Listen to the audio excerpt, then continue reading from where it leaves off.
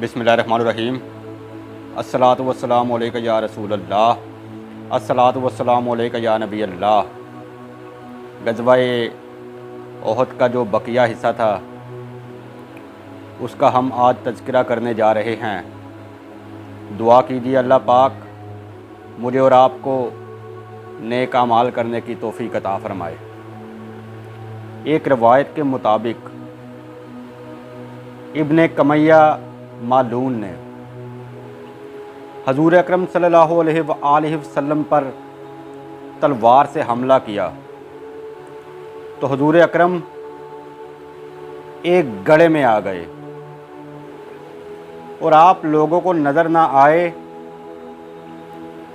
तो ये बात मशहूर हो गई कि रसूल अकरम शहीद हो गए हैं। शैतान ने इस खबर को कुर्बो जवार में फैला दिया। ये बात सुनकर अबू सुफियान बहुत खुश हुआ और कहने लगा कि अजमी लोग जिस तरह अपने बहादुरों को सोने के कंगन पहनाते हैं, हम भी इब्ने कमैया को रसूलुल्लाह को कत्ल करने की वजह से सोने के कंगन पहनाएंगे। ये खबर जब मदीना शरीफ पहुंची तो जनाब सैयदा कायनात मैदान जंग में आई। मौला कायनात हजूर अकरम के ज़ख्मों पर पानी डाल रहे थे और जनाब सैयदा कायनात उन ज़ख्मों को धोती थी। एक ज़ख्म से खून बंद नहीं हो रहा था तो वहाँ पट्टी जलाकर उसकी राख से खून को बंद किया गया। एक सहाबिया रसूल थे, उनका नाम हज़रत हंज़ला था। उनकी नई नई शादी हुई थी तो सुबह के वक्त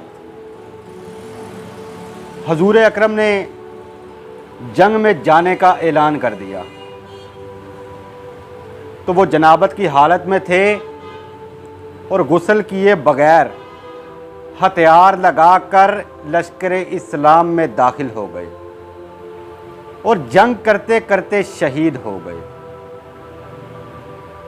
हिंदा कहने लगी कि हमने अपने बेटे हंज़ला का बदला, जिसको बदर में कत्ल कर दिया गया था, इस हंज़ला से ले लिया है। रसूलुल्लाह ने फरमाया कि हज़रत हंज़ला मेरे बुलाने पर गुस्ल के बगैर ही आ गया और शहीद हो गया।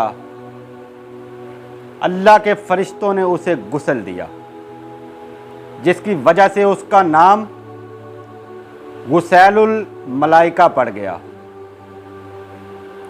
और जब जंग के बाद उसके जिस्म को देखा गया तो उनके जिस्म से पानी के कतरे टपक रहे थे। ये शान है खिदमतगारों की, सरकार का आलम क्या होगा। हजरत ज़ियाद बिन अलकन और 14 सहाबा हजूर के इर्द गिर्द घेरा डालकर खड़े हो गए